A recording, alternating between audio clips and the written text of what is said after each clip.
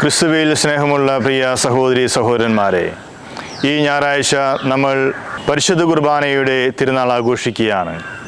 ഈ തിരുനാളിൻ്റെ എല്ലാവിധ പ്രാർത്ഥനാശംസകളും ഹൃദയപൂർവ്വം നേർന്നുകൊള്ളുന്നു. വചനധ്യാനത്തിലേക്ക് നിങ്ങളേവരെയും സ്വാഗതം ചെയ്യുന്നു.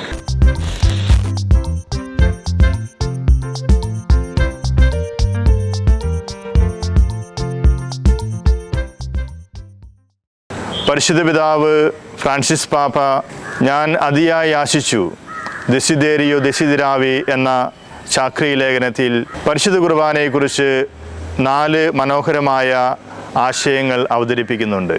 ഒന്നാമത്തെ ആശയം, പരിശുദ്ധ കുർബാന ത്രിത്വൈക ദൈവത്തിൻ്റെ സ്നേഹത്തിൽ നിന്നും ഉടലെടുത്ത ഒന്നാണ് എന്നതാണ്. താൻ പീഡകൾ സഹിക്കുന്നതിന് മുമ്പ് തൻ്റെ ശിഷ്യന്മാരോടൊത്ത് പെസഹ ആചരിക്കുവാൻ യേശു അതിയായി ആശിച്ചു എന്ന വാചകത്തിൽ നിന്നും പരിശുദ്ധ പാപ്പ ഇപ്രകാരം പറഞ്ഞു വയ്ക്കുന്നു. യേശുനാഥൻ പെസഹ ഒരുക്കുന്നതിനായി തൻ്റെ 2 ശിഷ്യന്മാരെ പറഞ്ഞയക്കുന്നുണ്ട്. എന്നാൽ എത്രയോ മുൻപേ സൃഷ്ടി മുഴുവനും ഈ പ്രപഞ്ചം മുഴുവനും ഈ ഒരു അവസരത്തിനായി കാത്തിരിക്കുകയായിരുന്നു എന്നാണ് പരിശുദ്ധ പാപ്പ പറയുന്നത്. ചരിത്രം, രക്ഷാകര ചരിത്രമാകുന്ന ആ വലിയ മുഹൂർത്തത്തിന് സാക്ഷികളാകുവാൻ ശിഷ്യന്മാർക്ക് സാധിച്ചു. അത് അറിഞ്ഞുകൊണ്ടല്ല. കർത്താവ് നൽകുന്ന വലിയ ഒരു ദാനവും അത് സ്വീകരിക്കുന്ന വ്യക്തികളും തമ്മിലുള്ള വലിയ അന്തരത്തെക്കുറിച്ച് ഇവിടെ നമുക്ക് പറയാൻ സാധിക്കും. എത്ര മഹത്തായ ദാനമാണ് പരിശുദ്ധ കുർബാന. എന്നാൽ അത് സ്വീകരിക്കുന്ന വ്യക്തികളെ സംബന്ധിച്ചിടത്തോളം അവർ എത്രമാത്രം എളിയ വ്യക്തികളാണ്. എന്നാൽ ഇപ്രകാരം മഹത്തരമായ ഒരു സമ്മാനം സ്വീകരിക്കുവാൻ നമ്മൾക്ക് സാധിക്കുന്നത് അത് ദൈവത്തിൻ്റെ കരുണയാൽ മാത്രമാണ്. നമ്മൾ ദൈവത്താൽ സ്നേഹിക്കപ്പെടുന്നു എന്ന ഒരു ബോധ്യത്തിലേക്ക് നടന്നെടുക്കുമ്പോഴാണ് ഈ ഒരു കരുണയിലേക്ക് നടന്നെടുക്കുവാൻ നമുക്ക് സാധിക്കുക.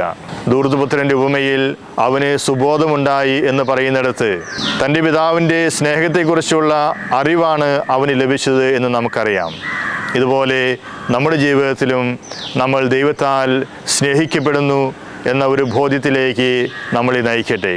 ശിഷ്യന്മാർ അവരറിയാതെ തന്നെ അവിടെ സന്നിഹിതരാകുന്നത് അതൊരു അവശ്യകാര്യമായിരുന്നു എന്നുള്ളത് കൊണ്ടാണ്. ഇപ്രകാരം വലിയൊരു സമ്മാനം അത് ലോകത്തിന് കൊടുക്കുവാൻ അവിടെ അവരുടെ സാന്നിധ്യം ആവശ്യമായിരുന്നു എന്ന് മാർപ്പാപ്പ പറയുന്നു. മാർപ്പാപ്പ പറയുന്ന രണ്ടാമത്തെ കാര്യം, അവിടെ ശിഷ്യന്മാരെല്ലാവരും ക്ഷണിക്കപ്പെട്ടിരുന്നു. എന്നാൽ അത് അവരുടെ യോഗ്യതകളാലല്ല. പരിശുദ്ധ ദിവ്യകാരുണ്യത്തെക്കുറിച്ചുള്ള ഉപമയിൽ ക്ഷണിക്കപ്പെട്ട അതിഥികൾ വിരുന്നിന് വരുവാൻ വിസമ്മതിക്കുമ്പോൾ വഴിയോരങ്ങളിലേക്ക് തൻ്റെ ഭൃത്യന്മാരെ പറഞ്ഞയച്ചിട്ട് അവിടെ കാണുന്ന എല്ലാവരെയും വിരുന്നുശാലയിലേക്ക് കൊണ്ടുവരുന്ന ഒരു ഉപമ നമ്മൾ വായിക്കുന്നുണ്ട്.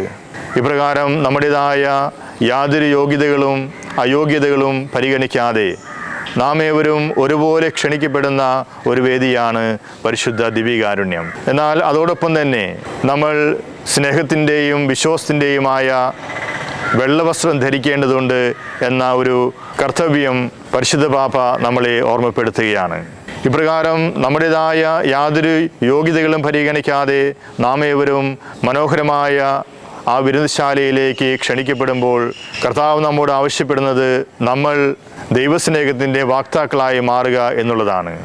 സുവിശേഷത്തിൻ്റെ ആനന്ദം എന്ന ചാക്രി ലേഖനത്തിൽ എപ്രകാരമാണ് ക്രിസ്തുവിനെ കണ്ടെത്തുന്ന വ്യക്തികൾ മറ്റുള്ളവർക്ക് ആ ആനന്ദം പകർന്നു കൊടുക്കുവാൻ ക്ഷണിക്കപ്പെട്ടിരിക്കുന്നത് എന്ന് മാർപ്പാപ്പ നമ്മളെ പഠിപ്പിക്കുന്നുണ്ട്.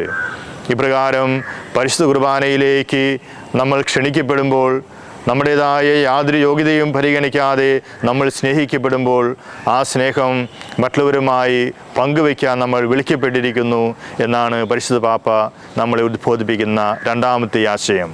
മൂന്നാമതായി പരിശുദ്ധ പാപ്പ നമ്മോട് പറയുന്നത് മുറിക്കപ്പെട്ട അപ്പത്തിൻ്റെ ഉള്ളടക്കം യേശുവിൻ്റെ കുരിശാകുന്നു എന്നുള്ളതാണ്. രക്ഷാകരമായ കുരിശിൻ്റെ മഹത്വം നമ്മൾക്ക് മനസ്സിലാക്കാൻ സാധിക്കുന്നത് ദിവ്യകാരുണ്യത്തിലൂടെയാണ്. ഇത് നിങ്ങൾക്കായി ചിന്തപ്പെടുന്ന എൻ്റെ രക്തമാകുന്നു, ഇത് നിങ്ങൾക്കായി അർപ്പിക്കപ്പെടുന്ന എൻ്റെ ശരീരമാകുന്നു എന്ന് ഏതാനും മണിക്കൂറുകൾക്ക് മുമ്പ് യേശു പറയുമ്പോൾ അത് യാഥാർത്ഥ്യമാകുന്നത് കുരിശിലാണ്. ഇപ്രകാരം പരിശുദ്ധ ദിവ്യകാരുണ്യത്തിൻ്റെ അന്തസത്ത നമ്മൾക്ക് വെളിപ്പെട്ട് കിട്ടുന്നത് വിശുദ്ധ കുരിശിലാണ്. അതുകൊണ്ടാണ് ബെനഡിക്ട് മാർപ്പാപ്പ ഇപ്രകാരം പറയുന്നത്, ദിവ്യകാരുണ്യം കർത്താവിൻ്റെ മണിക്കൂറിലേക്കുള്ള പ്രവേശന കവാടമാകുന്നുവെന്ന്. കുരിശിന് താഴെ നിൽക്കുന്ന യോഹന്നാൻ ഇപ്രകാരം പറയുന്നുണ്ട്, ഞാൻ 2 കാര്യങ്ങൾ മനസ്സിലാക്കിയെന്ന്. ഒന്ന്, ദൈവം സ്നേഹമാകുന്നു. രണ്ടാമത്തേത്, സ്നേഹം സഹനമാകുന്നുവെന്ന്. ഇപ്രകാരം ദൈവത്തിൻ്റെ അനന്തമായ സഹനത്തെയും സ്നേഹത്തെയും വാഴ്ത്തിപ്പുകഴ്ത്തുന്ന ഒരു കുദാശയാണ് ദിവ്യകാരുണ്യം. ആ ദിവ്യകാരുണ്യം നമ്മുടെ ജീവിതത്തിലും ഇപ്രകാരമുള്ള അർപ്പണ മനോഭാവം വളർത്തിയിട്ട് നമുക്ക് പ്രാർത്ഥിക്കാം.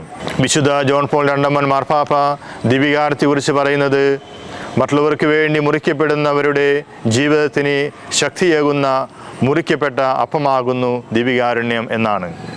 ഇപ്രകാരം ദിവ്യകാരുണ്യത്തിൽ നിന്നും ശക്തിയാർജിച്ച് യേശുവിനെ പോലെ മറ്റുള്ളവർക്ക് വേണ്ടി മുറിക്കപ്പെടുന്ന ജീവിതങ്ങളായി നമ്മുടെയും ജീവിതങ്ങളെ മാറ്റണമേ എന്ന് നമുക്ക് പ്രാർത്ഥിക്കാം.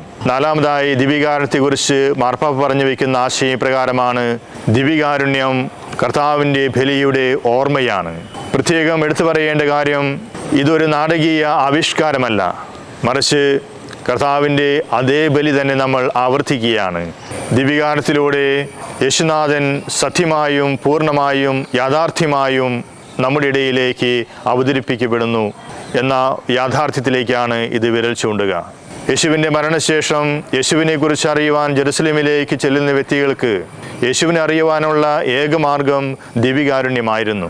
ദിവ്യകാരുണ്യ സമൂഹത്തിലൂടെ മാത്രമേ യേശുവിനെ നമ്മൾക്ക് തിരിച്ചറിയുവാൻ സാധിക്കുകയുള്ളൂ. ഇതിലൂടെ അർത്ഥമാക്കുന്നത് നമ്മളെല്ലാവരും തന്നെ ഒരു ദിവ്യകാരുണ്യ സമൂഹമായിട്ട് മാറണം എന്നുള്ളതാണ്. പരിശുദ്ധ കുർബാനയുടെ തിരുനാളിൻ്റെ ഈ സുദിനത്തിൽ നമ്മൾക്കും ദൈവത്തോട് പ്രാർത്ഥിക്കാം. നമ്മളും കർത്താവിനാൽ ആകൃഷ്ടരായി ദിവ്യകാരുണ്യത്തിലേക്ക് എടുക്കപ്പെടുന്ന വ്യക്തികളാണ്. ഓരോ ദിവസവും നമ്മൾ ദിവ്യബലി അർപ്പിക്കുവാൻ അണയുമ്പോൾ നമ്മളറിയാതെ തന്നെ ആ മഹത്തായ രഹസ്യത്തിലേക്ക് ആകർഷിക്കപ്പെടുകയാണ്. ഇപ്രകാരം നമ്മുടേതായ യാതൊരു മേന്മയും പരിഗണിക്കാതെ നമ്മളേവരെയും ഒരുപോലെ ക്ഷണിക്കപ്പെടുന്ന പരിശുദ്ധ ബലിയിലേക്ക് ഭക്തിപൂർവം അണയുവാൻ നമുക്ക് പരിശ്രമിക്കാം. നമ്മൾ ദിവ്യകാരുണ്യം സ്വീകരിക്കുന്ന വ്യക്തികളായി തീരട്ടെ, നമ്മൾ ദിവ്യകാരുണ്യം വഹിക്കുന്ന വ്യക്തികളായി തീരട്ടെ. ഇപ്രകാരം ദിവ്യകാരുണ്യ ചൈതന്യം മറ്റുള്ളവർക്ക് കൊടുക്കുവാൻ സർവശക്തനായ ദൈവം നമ്മളെ അനുഗ്രഹിക്കട്ടെ. ദിവ്യകാരുണ്യ തിരുനാളിൻ്റെ എല്ലാവിധ പ്രാർത്ഥനാശംസകളും ഒരിക്കൽ കൂടി നേരുന്നു. ദൈവം നമ്മെ അനുഗ്രഹിക്കട്ടെ. ആമേൻ.